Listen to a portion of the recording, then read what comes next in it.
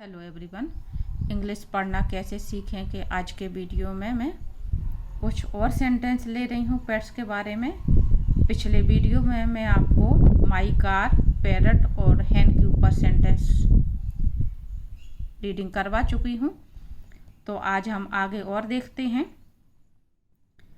और पिछले वीडियो में मैंने जो आपको सेंटेंस समझाए थे, उम्मीद करती हूँ आपको समझ में आ गए होंगे।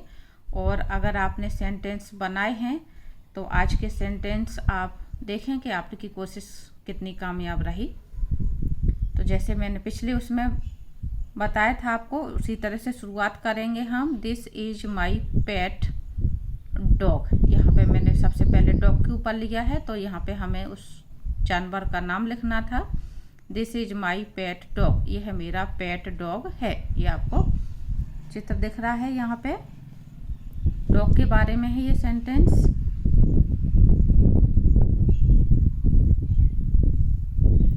It's name is Hunter. अब इट्स शब्द जो आया हुआ है ये डॉग के लिए आया हुआ है। तो इट्स नेम इज हंटर यानी इसका नाम हंटर है। तो यहाँ पे आप जो कोई भी नाम से अपने पेट को बुलाते हैं उसका जिक्र करना है।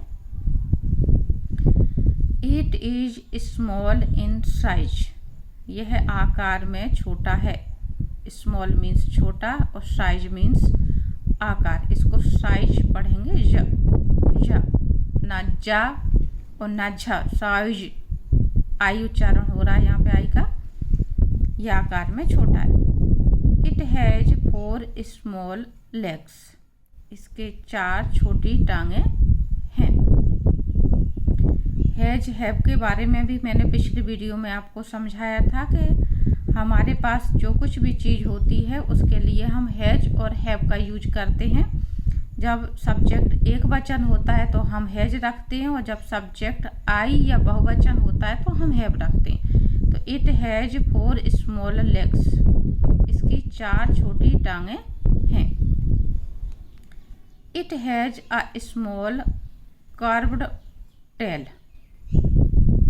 सी के बाद जब भी यू आता है उच्चारण का होता है तो हम इसको कर्व्ड बोलेंगे, curved. It has a small curved tail. इसकी एक छोटी मुड़ी हुई, कर्व्ड का मतलब मुड़ी हुई पूंछ है। It eats bread and लिक्स milk. Bread यहाँ पे ई ए का उच्चारण ए के रूप में हो रहा है। तो इट ईट्स ब्रेड, वह ब्रेड खाता है। एंड लिक्स, लिक बोलते हैं चाटना, लिक्स मिल्क। देखा होगा आपने कि दूध या कोई भी लिक्विड चीज़ जो होती है, डॉग है, कैट है, ये उसको चाटते हैं, घूंट घूंट करके पीते नहीं है। तो लिक्स मीन्स चाटना। It barks at strangers. Strangers G के बाद जब भी ई आती है तो हम उसका उच्चारण जा करते हैं। तो यहाँ पे स्ट्रेंजर्स पढ़ेंगे। इट बार्क्स एट स्ट्रेंजर्स यानी यह अजनबियों पर भौंकता है, अनजान लोगों पर भौंकता है। I love my dog very much. मैं अपने कुत्ते को बहुत प्यार करता हूँ। तो इस तरह से आप अगर अपने बच्चों वगैरह को याद करवाना चाहें तो 5 सेंटेंस 10 सेंटेंस याद करवा सकते हैं। या आप प्रैक्टिस कर रहे हो तो इस तरह से जो हिंदी दी हुई है साथ में आप हिंदी का इंग्लिश में ट्रांसलेशन करने की प्रैक्टिस करें। पहले आप हिंदी का ट्रांसलेशन करें और फिर इसमें मैच करें कि आपके सेंटेंस कितने सही हैं कितने नहीं। आगे सेंटेंस हैं आपके कैट के ऊपर।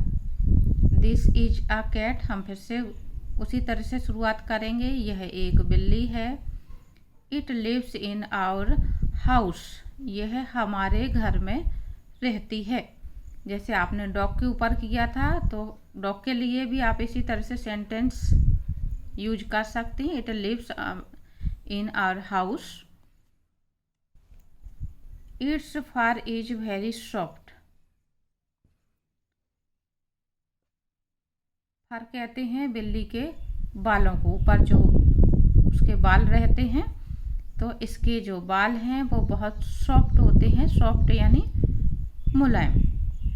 यहाँ पे फर उच्चारण है, यू का उच्चारण आ के रूप में हो रहा है। It has 4 legs and a tail. इसकी 4 टांगें और एक पूंछ होती है। Its eyes are blue. इसकी आंखें नीली हैं। It runs after the rats. यह चूहों के पीछे भागती है। तो यहाँ पे आफ्टर शब्द का मतलब जो निकल रहा है वो है पीछे भागना, पीछे दौड़ना।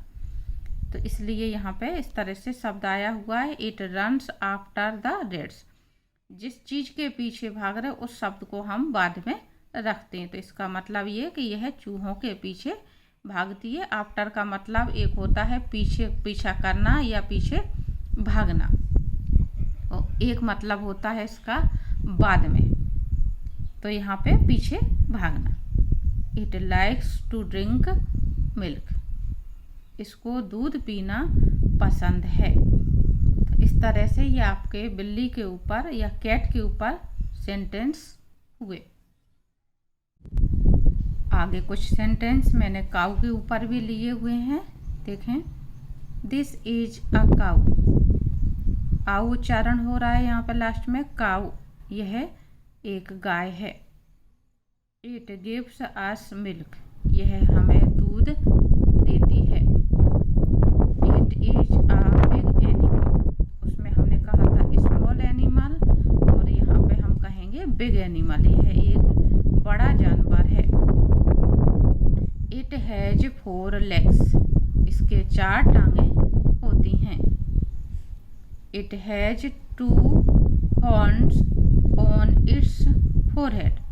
रा का उच्चारण यहाँ पे कम करते हैं, एच का उच्चारण हा के रूप में ही होगा। यहाँ पर भी हा के रूप में ही हो रहा है। मैंने आपको साइलेंट लेटर में कुछ अक्षर बताए थे आपको कि शुरुआत में अक्षर साइलेंट रहते हैं, लेकिन यहाँ पे एच साइलेंट नहीं है। It has 2 horns। horns कहते हैं सींग। On its forehead. Its forehead यानी माथे पर। इसके माथे पर 2 सींग होते हैं।